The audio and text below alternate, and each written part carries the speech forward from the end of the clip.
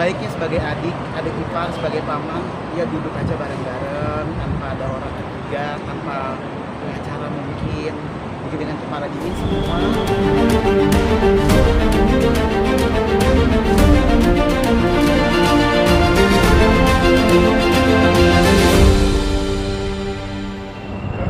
Aku tuh bingung sebenarnya bilang soalnya gimana ya. Jadi kan memang dari kecil tuh kita nggak pernah kenal. Terus aku ingat mama sama papa juga ceritanya. Aku ingat mama sama papa tuh dulu waktu kita kecil siapa om dan tante yang ada sama kita dari kecil gitu ya. Jadi kalau dibilang musuhan bukan musuh, malah mungkin nggak. Benar. Terima kasih jawabannya. Jadi kayaknya belum tidak kenal karena memang belum mama pernah menceritakan sejarah itu.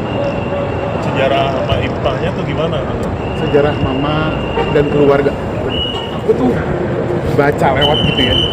Ada yang bilang katanya rasanya dendam atau tidak memaafkan. Jadi, mungkin kalau frontalnya ngomongnya bukan dendam, nggak ada dendam, nggak ada marah, kayak nggak ada rasanya aja gitu sebenarnya. Jadi kayak gitu, misalkan teman-teman gitu ya, dari kecil, terus tumbuh besar bersama mama papa sampai mama meninggal, papa meninggal, kan kita ingat banget ya siapa om tante yang ada sama kita waktu mama dikuburkan, dimakamkan, siapa aja yang membacakan doa, papa juga siapa aja gitu. Terus tiba-tiba sekarang bertemu dengan di usia sekarang gitu ya, 30 tahun bertemu dengan orang yang oh ini tante, ini om. Rasanya gimana? Bingung. Kayak aneh nggak? Bener nggak sih? Awkward gitu, kayak lah ini istilah saudara ketemu gede nih, gimana nih? Iya nggak sih? Justru maksudnya mungkin aku tipe orang yang tidak mudah akrab pertama. Yang kedua juga maksudnya sekarang ini lebih mendekatkan diri sama keluarga-keluarga yang memang dulu kita tumbuh besar bersama. Dari papa juga kan banyak ada om tante semua yang ada di Bandung, ada di Bekasi, itu semua masih. Berarti emang gak ada garis keturunan ya kok? Enggak. Adik dari almarhum atau? Nggak tahu itu.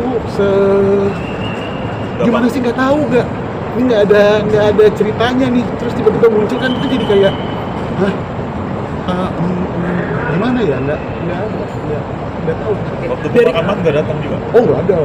Jadi di pemakaman mama tidak ada. Di pemakaman mama hanya ada 2 keluarga mama yang sampai saat ini itu masih berhubungan baik sama aku. Sisanya nggak ada.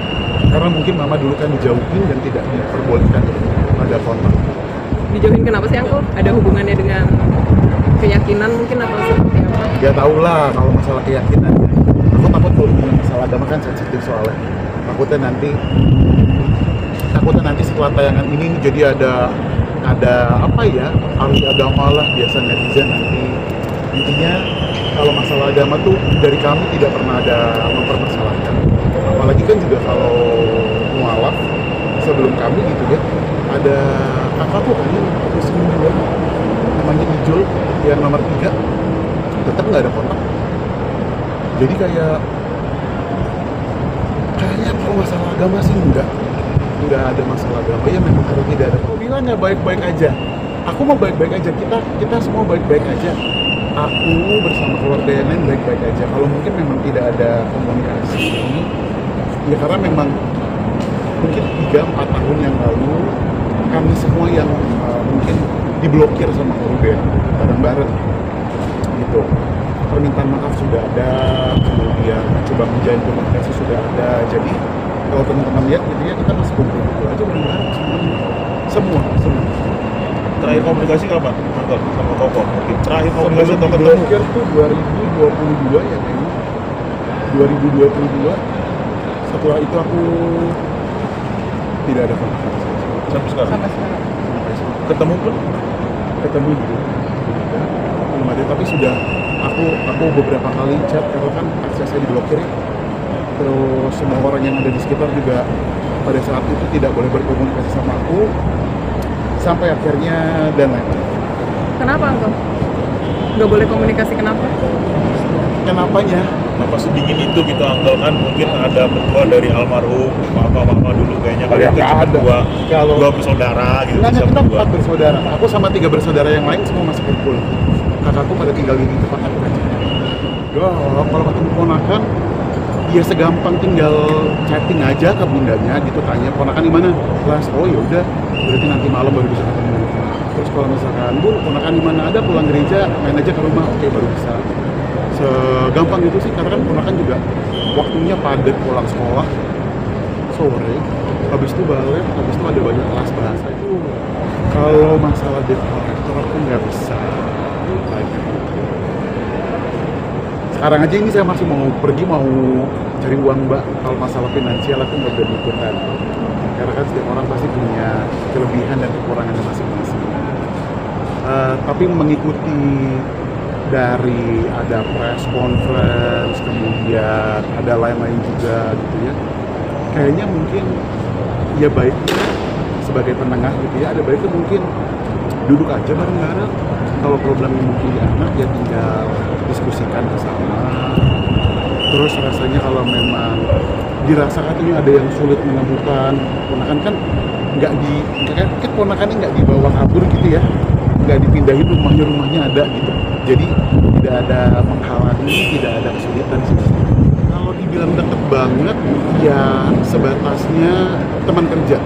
Jadi kalau misalkan kita lagi ada kerjaan bersama bareng, aku belum pernah pergi bareng gitu ya, biar bagaimanapun aku ini adalah adik dari Rumput dan uncle dan paman dari Talia, Tania dan juga Beta. Jadi posisi aku di sini adik ipar dari Samarinda, jadi posisiku akan tetap di sini. Jadi aku akan berdiri buat ponakan-ponakan. Fokusku sekarang ya lebih ke ponakan aja. Kalau mau ketemu Ciweda pun aku jarang pergi berdua gitu ya, karena aku dapat papan kita ada sama ponakan. Tujuannya pasti ketemu itu. Tapi seakan-akan framingnya Gio lebih dekat daripada anak-anak gitu. Uncle, gimana sih mungkin Uncle menyikapinya? Ya itu aja udah menjawab, framingnya kan, berarti framing, bukan faktanya. Ya kan, betul gak? Ditelaah aja kalau ada pernyataan dari orang-orang, biasanya pasti ada kalimat-kalimat yang kok ternyata bisa begitu ya. Lepaskan kebencian tuh, rasa benci yang gimana? Alhamdulillah, pada istighfar dulu deh rame-rame, astagfirullahaladzim gitu kan ya? Bener nggak? Istighfar dulu, astagfirullahaladzim, baru pada ngerti rasa bencinya itu yang gimana. Jadi yang diungkapkan itu adalah faktanya. Mohon maaf kalau misalkan mungkin ngomongnya jujur, karena nggak bisa tuh aku yang mesti pura-pura kayak gelendotan, terus akrab, terus di depan kamera mesti baik ya. Ya udah aja. Semestinya faktanya adanya kayak gitu. Ini juga nih mesti dilurusin. Aku bilang orang pada pikirnya pergi bersama liburan gitu ya, nggak ada. Ini perginya banyak, ada kreator lain juga. Kita disuruh jualan mas, jualan skincare, jualan kosmetik di Korea dari platform gitu ya. Jadi selama 10 hari di sana kita akan setiap hari jualan produk-produk kecantikan. Bareng Cici juga berarti aku. Bisa malahan. Bisa. Jadi Cici akan jual brand apa, aku jual brand apa. Tapi memang waktu dan juga negaranya sama. Beda project berarti ya kok. Projectnya sama dari platform, tetapi brand yang dijual beda. Jadi ntar Cici akan ada di kota mana, aku di kota mana. Berapa lama? Seminggu, 10 hari. Seminggu. Seminggu. Sekarang jadi lebih giat untuk live streaming atau Ya, luar biasa. dari dulu juga sebenarnya mah sama, kerjaan aja terus, liburannya jarang, yang penting cari duit aja dulu. Oke. Ya. Baiknya sebagai adik ipar, sebagai paman, ya duduk aja bareng-bareng, tanpa ada orang ketiga, tanpa pengacara mungkin, dengan kepala dingin semua dipikirkan baik-baik demi kepentingan anak dan juga keluarga. Oh iya. Nikmati masa muda Onyo.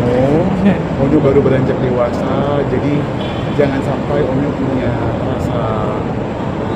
rasa yang sama, rasa patah hatinya dia dari sebelumnya, mungkin ya dari keluarga, mungkin cerita sebelumnya.